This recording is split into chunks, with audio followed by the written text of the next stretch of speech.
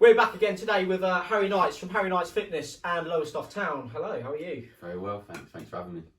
No problem at all. We are hoping today to discuss, in the first part, your football. Yes. Are you happy with that? Absolutely, yes. So, we'll kick off today by starting with, who is your favourite football player of all time? It's two choices. Go on. It's out of John Terry and Frank Lampard. Chelsea fan. Massive. You guessed it. Fair enough. Obviously, you're a centre-half. Yes. Do you model your game on John Terry? Nowhere near as good. But yeah, no. Do you have the old Umbro boots? Back in the day, yeah, tried to stick with the black and white boots like he did. But yeah, nowhere near the player he is. Do you like to step on the striker's feet? Now and again, the old double cuts. Talk us through, like, from a young age, like your footballing career from start to now, basically. I was going to say to finish, but it's not finished yet. Not just yet, hopefully. Started off at Witnesham Wasps at the age of 6, just the local side, really. Yeah. Decent. Then moved to Woodbridge Town, played Saturday, Sunday, like back in Saturday then Sunday for years. Stayed at Woodbridge to play sort of youth football, under 18s. Then eventually moved to Leicester. Had a fair few years there, 3 or 4 years, and now moved to Lowestoft. Did you come through, I suppose, the youth system at Leicester? Did you go through reserves, under 18s? Reserves. Did my youth football at Woodbridge. Then moved to Leicester for sort of men's football. Started off in the reserves there, then got given an opportunity at the first team. Spent sort of 3 years in the first team, and then moved to Lowestoft. Why did you leave Leicester? Wasn't my choice. Okay. One of those things. But yeah, you move on. Did you play under Darren Eadie? Yes. What was he like? Yeah, good manager. Him and Chris Wigger. Had sort of a season that was sort of broken up with COVID with them.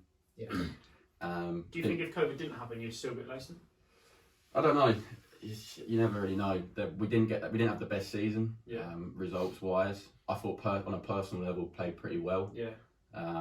But yeah, it's a results business, and they weren't getting the results, so they made quite a few changes at the end of last season. Brought quite a lot of new players in, and obviously had to make room for some. So, but got given the opportunity to stay at the same level over at Lowestoft, so took that. Yeah. You did have, was it trials with England schools, or you played for England schools? Yeah. Funny one. So because I wasn't meant to be playing for the uni side, I was at Leicester and contractually couldn't really play for the uni team because they play on a Wednesday. Yeah. So that would mean Tuesday training, Wednesday first. And Leicester didn't really want that, so I wasn't meant to. And then a new manager came in at Leicester and brought some players with him again. And again, ended up going out on loan somewhere. And I wasn't really that happy. And I was like, well, I'll play for the uni side then, try and enjoy my football again. Yeah. Played sort of 3 or 4 games, and then got given the opportunity to go and trial for the England side, the England uni side. Took that, thought why not, sort of see what the standards like, see what everyone else is like at the England uni level. Is it really competitive to get into? I was surprised at the standard, to be fair. I thought it would be a bit better than what it was. Okay. There were some very good players, don't get me wrong, but I don't know how many were there on the day, but I thought the standard would be a little bit better than it was. Right, you just assume anything associated to England football is the best kids or best people at uni in England. Sort of things. And you're right in saying at uni. So when you sort of put football, if you're good at football, like really good, you're obviously not going to be at university. You're going to be at the top of your game at an academy. Pro clubs, But what you find is there's a couple of universities that offer scholarships based on football. So if you've been released from academies and want to go into education, so there's a few lads that had been released. How do you get, I suppose, scouted to go for the trial for the England? So your university manager puts forward a certain amount of players. I think you have to be your uni side had to be a certain level, and with their leagues or whatnot. But he put through 5 or 6 players from UEA to go, and unfortunately the other lads didn't get in. But I was lucky enough to. Who did you play against? So this is another thing that COVID sort of ruined. Really, we had. So once you got through the trial, you weren't in the squad. You had to play a couple of games against non-league sides up in Newcastle and Manchester. And then if you played well in those games, then you were meant to be put in the squad to play Man City, United, Leicester, Bournemouth under 21s at all their academies. but COVID stopped that, so we just played non-league teams. So it's a bit Wasn't frustrating. the experience you're after? Not really. It was really quite frustrating. And then because I left uni the year later, Yeah, you didn't get a chance. Yeah. Who would you say is the best player you've played with or against? Do with first. With, it's a tough one. I'd probably say Jake Reed. Yeah. I played against him as well, and that was one of the worst experiences ever. Just honestly, I thought I'd gone 12 rounds with Anthony Joshua. I'd been battered all over the place, elbows, arms, but technically as well, unbelievable. Yeah. And now I'm lucky enough to play with him again this season, and yeah, what a player. Have you played against any like former pros? Yeah, a fair few. Who's the best sort of former pro you've played against? So on the day, someone called Reise Allassani, who was released from Crystal Palace at a young age, unbelievable player, gave me the run around as well. But I've also played against Jermaine Pennant, so Champions League finalist. Yeah. But he just walked about. He didn't really. Yeah.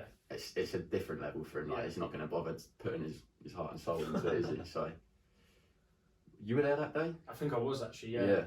At Billericay. I weren't really playing. Yeah.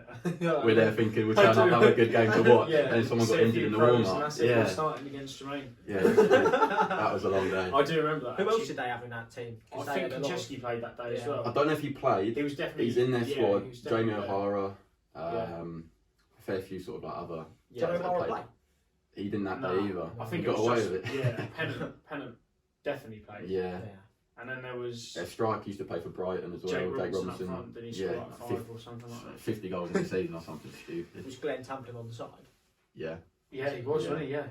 Oh, goodness me. Yeah. Is he quite erratic? That's one way of putting it. I'll be honest, I was just there for the experience that day. So, current season, Lowestoft Town. Yes. How's the season going? Not the best, to be honest. It's been a tough season. Bit of a roller coaster. But yeah, hopefully we'll get out of the sort of relegation battle we're in. Stay in the league we're in. It's a good club, deserves to be in that level. Doesn't deserve to be anywhere lower than that.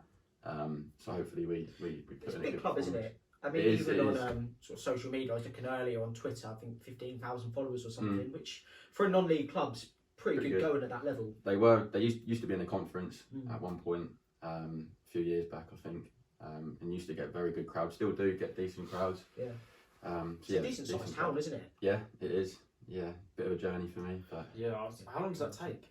Hour and 20-ish from where I'm currently living. Yeah. Yeah, that is a long trip. 3 times a week. Yeah, Tuesday, Thursday, and Saturday. Do many go from Ipswich? So there's a couple of lads from Ipswich, but I'm currently living with my girlfriend, so I'm not living in Ipswich at the moment. Oh, okay. So you can't even live share? Not really. That is a long way. It is. What would you say are like your, not 5-year aspirations, but your aspirations in football? Like, where do you want to go? I really don't know. It's do you want to like give it one more push to like play higher, or are you? It is just ultimately play as high as I can. Yeah. To an extent, obviously trying to do my job at the moment as well. Yeah. Trying to balance that with football and everything. But it is the ultimate goal is just to play as high as I can. Yeah. Would you obviously, silly question, but would you go full time if the option was there? Or yeah, I mean, I'd love to. Yeah. Don't know if I'll get the opportunity now, but that is the ultimate goal. Is again just to play the highest league possible. Yeah. If that meant full time, then that'd be amazing. But don't know if the opportunity will come. We'll see. What's the best bit of footballing advice you've ever been given? Oh, that's a big question. That's a big question. That's a good question. Very good question. Probably say so. TK, the assistant manager at Leicester when I was younger, basically said you never know who's watching you on the day. So always give it your all. Always put as much effort in as possible because you never know who is going to be watching that game. Tyrone Mings got picked up from non-league football. I can't remember which ex-Ipswich pro it was. There are loads from like non-league, isn't there? Vardy. Yeah, quite a few. An ex-Ipswich pro was watching one day because he was seeing his. Went to see his missus, went and watched a non-league game with his father-in-law, ended up seeing Tyrone Mings play, putting a word to Mick McCarthy. Yeah, and now he's played for England, hasn't he? England, So yeah, just you never know who's watching, so always give it your best. I guess that's quite a nice way to end the video, isn't it? Yeah. Lovely. So in part 2, which will come out I'd imagine in a week's time or so, we will talk to Harry about his fitness channel. So make sure you stay tuned for that.